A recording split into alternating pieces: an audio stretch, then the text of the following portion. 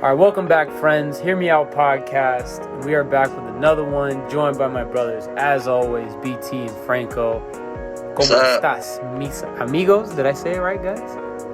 Mis amigos? Yeah, you did. Mi amigos? So I'm practicing my Spanish a little bit here. So we're going to open up today's show by talking about what happened in Wisconsin on Tuesday. A man by the name of Jacob Blake was shot several times by police officers in Wisconsin, and miraculously he survived. He's now paralyzed from the waist down, his father confirmed to the Chicago Sun-Times.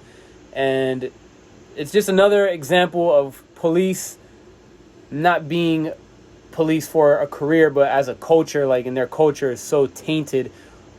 What are your guys' thoughts on this latest, what could have been another unarmed black man being shot to death? Miraculously, he survived. What are you guys' thoughts on this? How much more of this do we need to see as an example that we need to defund the police? You know, it just keeps adding up, case by case by case. Even if he didn't die, it's just serve as an example that we need seriously need to have some changes done to our policing system. Like I've made videos where I suggested ways that we could change it. Like, why doesn't the police just operate the way our fire department operates, in which we just call them up when we need them, rather than to have them patrolling the place unnecessarily and catching people who are committing minor crimes? You know, they every time they get involved, it just escalates. Instead of de-escalating the situation, they make it worse, and then people's lives end up getting killed when they otherwise would have ended up surviving and lived a longer life.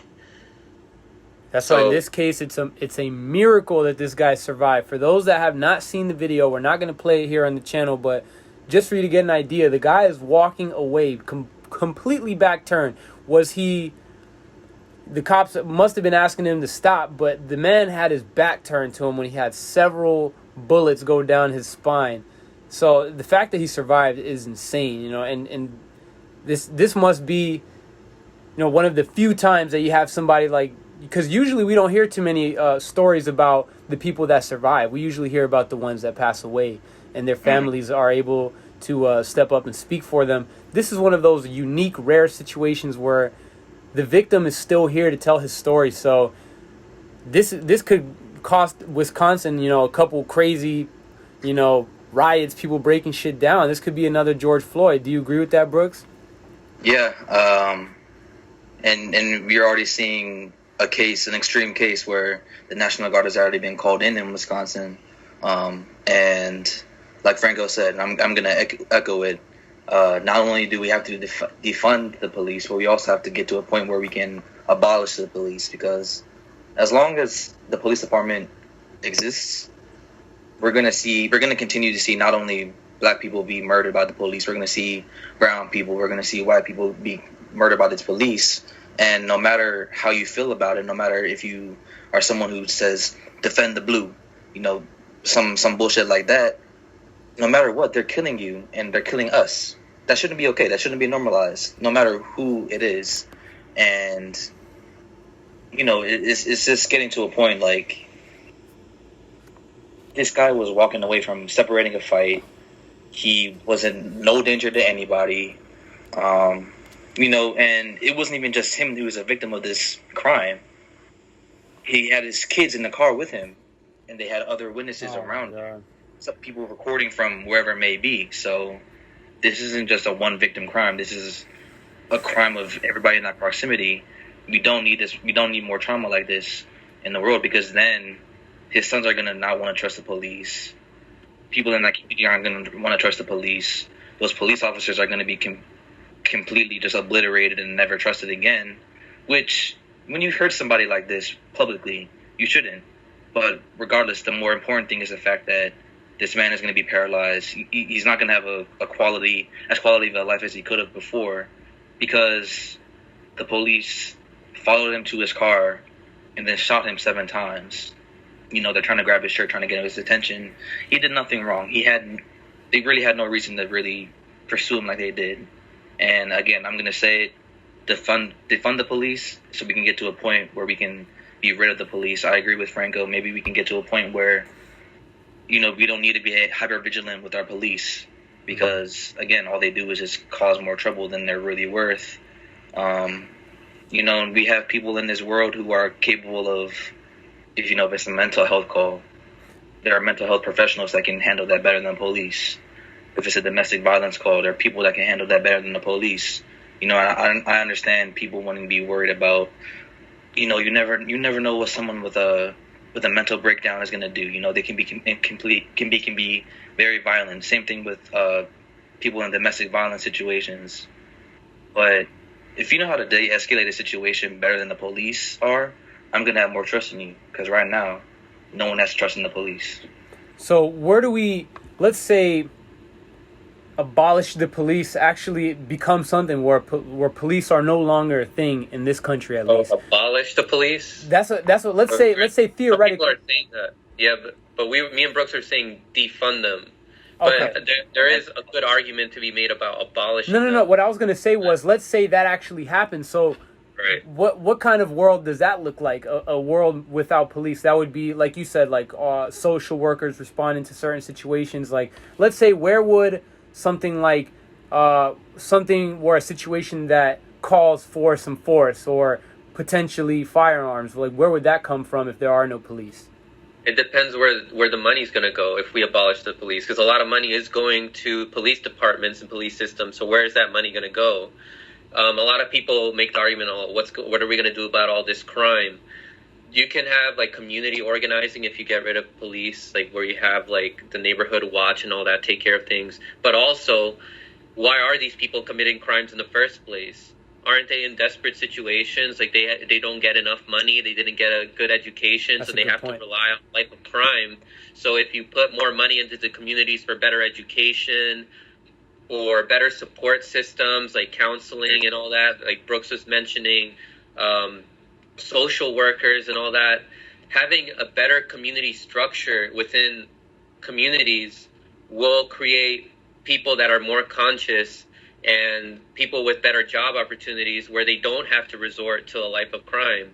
So crime will reduce. And if ever, something violent were to occur, stuff like that is rare when communities are more educated and more united. So if something rare like that were to occur, then the community watch can take care of something like that. Or like what I mentioned earlier, where you can call on people who act like police officers, who are like strongmen or whatever.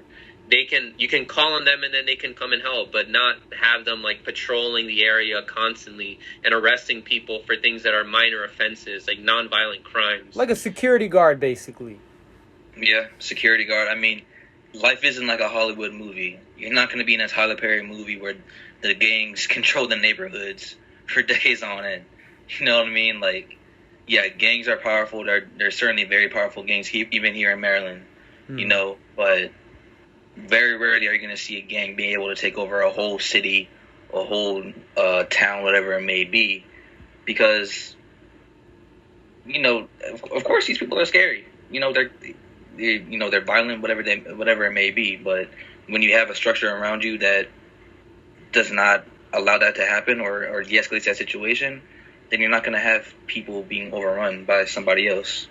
Right. Yeah, and wouldn't there be less gangs if we just educated those communities more?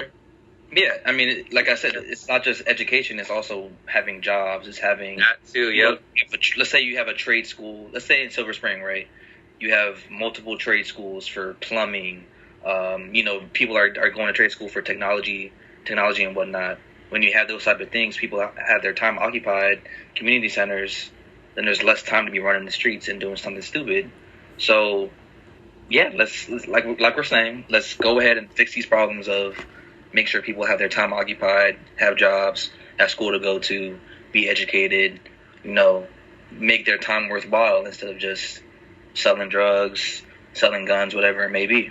That's what happens when you're on the lesser end of the quality stick, because you got kids in Bethesda who are presented these big Apple computers while you got schools in Tacoma Park that got, the big block computers. They're not given the same resources all the time either. So Exactly. that is a product of, you know, being on the lesser end of the stick.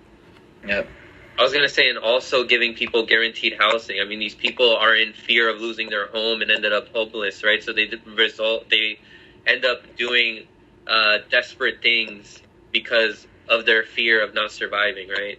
So guaranteeing them houses, giving them universal basic income, so that way you don't have to resort to such, you know, measures of illegal activities where police has to come and escalate situations. So yeah, it's all this stuff that we have to apply on top of also educating them more, like better education programs, guaranteed housing, universal basic income, and single payer healthcare.